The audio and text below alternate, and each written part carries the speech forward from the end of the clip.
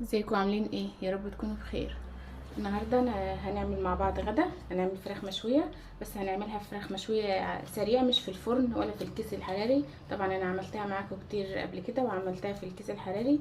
كنت هعمل بصراحه من غيركم بس ما هنش عليا، قلت اشارككم معايا. بحب اشارك معاكم كل حاجه. حطيت هنا، انا حطيت كل حاجه لان كنت عايزه اعمل من غير ما اصور يعني.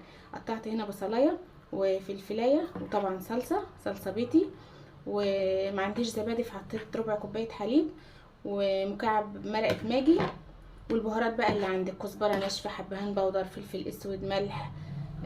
دي كل اللي انا حطيته. طبعا مكعب توم كبير. هخلط ده كله مع بعضه بقى كده. طبعا انا بعمل غدا عشان ايه؟ بنت خالتي بتنقل جنبي هنا، بتعزل يعني. فطبعا اللي بينقل ده لسه ما بيبقاش عنده، مركبش الغاز، ما فيش امكانيات يعمل اكل، لسه بتفرش الشقه يعني. يا رب تشوف الخير على وش الشقه الجديده يا رب. وهنعمل بقى غدا ونروح نتغدى هناك معاهم، ونرص معاهم العزال. جايب شويه فلفل اسود، لو عرفت اصور لكم هناك كمان هصور واوريكم الشقه. هحط كمان قرفه، شويه قرفه كده. طبعا البهارات دي بتليق مع الفراخ المشويه وبتخلي طعمها جميل. وهنحط شويه جنزبيل، رشه بسيطه كده. طبعا حطيت خل وليمون، عصرت ليمونتين كبار وحطيت شويه خل كده. بقى هضرب كل ده مع بعضه. هنا كمان بعمل رز بشعريه. حمرت كده الشعريه، خدت اللون الجميل اللي معايا ده. هنزل بمكعب مرقه ماجي على الرز كده، معلقه فلفل اسود، والملح.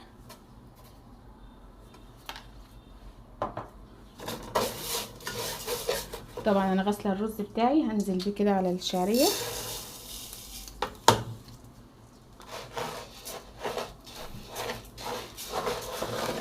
وزي ما قلت لكم قبل كده، لو عايزين الرز مفلفل ما تنزلوش بالميه على طول، لازم نحمص الرز شويه لحد ما يسخن. فهديله تقليبه كده مع الشعريه كده. بعد ما قلبت الرز دي الرز وسخن مع الشعريه، هنزل بقى بالميه بتاعتي.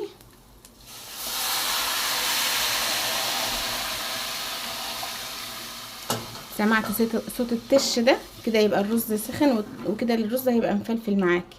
زي ما قلت لكم لازم تديله شويه تقليب كده مع الشعريه لحد ما يسخن، عشان يبقى مفلفل وما يبقاش معجن كده. خلاص انا ملحته وتبلته، هسيبه بقى على النار يستوي. هغطيه ونسيبه يستوي بقى مع نفسه كده. خلاص انا ضربت الخلطه بتاع الفراخ المشويه اللي قلت لكم عليها، وحضرت معايا هنا بطاطس، قطعتها سميكه كده عشان ما تنهرش معايا تحت الفراخ. طبعا الخضار اللي بتحطيه تحت الفراخ بيبقى واخد من طعم الفراخ، وبيبقى طعمه جميل اطعم من الفراخ او اللحمه كمان. ومعايا هنا 3 بصلات، يا دوب قطعت الواحده نصين. ومعايا هنا فرختين غسلتهم طبعا كويس بالليمون والدقيق كويس جدا، ونضفتهم. هاخد بقى احط الفراخ في التتبيله. الاول هاخد معلقتين كده انزل بهم على الخضار بتاعنا، وبعدين هنزل بالفراخ. طبعا الفراخ ديت كل ما تقعد في التتبيله ديت بتاخد طعم احسن. هقلب دول الاول عشان انزل بهم في الصينيه. بس انا طبعا المره دي هسويه على طول، مش هنقع الفراخ في التتبيله وقت طويل. بس انت لو عندك وقت سيبيها في التلاجة اقل شيء ساعتين، ممكن قبلها بليله، وكده بتبقى حلوه برضه. ودي اسرع غدا لان هنرفعها على البوتاجاز من فوق. هنزل الخضار كده كله.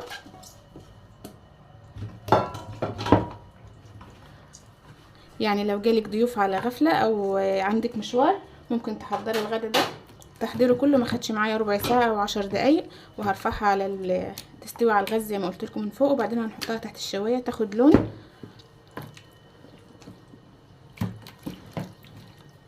وطبعا كلنا بنحب الفراخ المشويه، يعني مفيش حد ما بيحبهاش. هي بتبقى احسن طبعا من المسلوقه في الشوربه.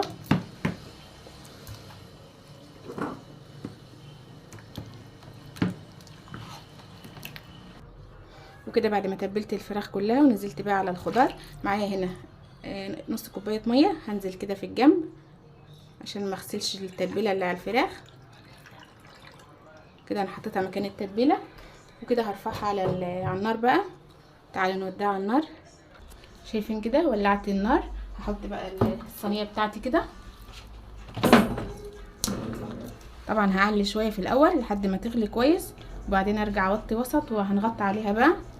طبعا الرز كان عندي هنا بيستوي اهو، خلاص قرب يجهز.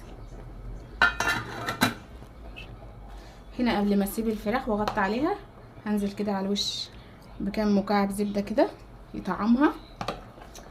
طبعا كان ممكن احطه في الصينيه من تحت، بس انا عايزاه يبقى فوق كده عشان يسيح وينزل على الخضار بتاعي وعلى الفراخ كلها. طبعا احنا ما حطيناش فيها اي دهون غير الزبده دي كده.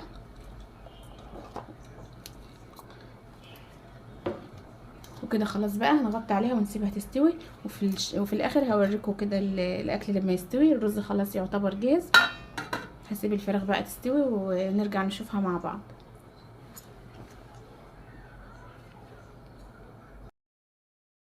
كده الفراخ استوت معايا زي ما انتم شايفين. انا حطيتها على صينيتين لان كانت في صينيه واحده، كانت مش عارفه اقلبها، ما كانتش هتستوي كويس. معايا هنا صلصه بيتي من اللي انا عاملاها، حطيت عليها ملح وفلفل اسود ومعلقه عسل صغيره، وهندهن بها الفراخ بقى بتاعتنا كده عشان تاخد لون حلو وكمان طعم حلو. وهندخلها تحت الشوايه.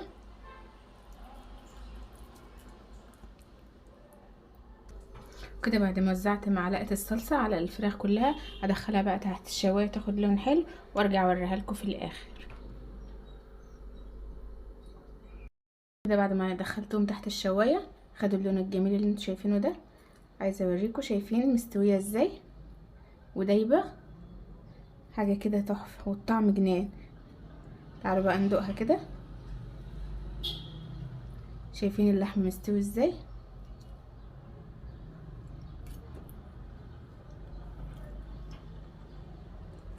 تحفه الله. ومستويه واخده طعم الشوي، مش كانها معموله على البوتاجاز من فوق. جميله بجد. زي ما قلت لكم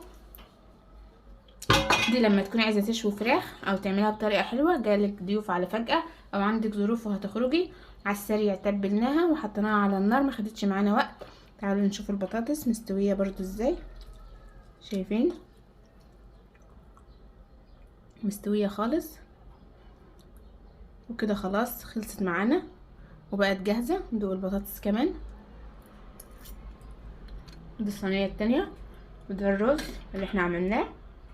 وكده الاكل بقى جاهز، وهناخده بقى ونروح عند بنت خالتي في الشقه الجديده دلوقتي.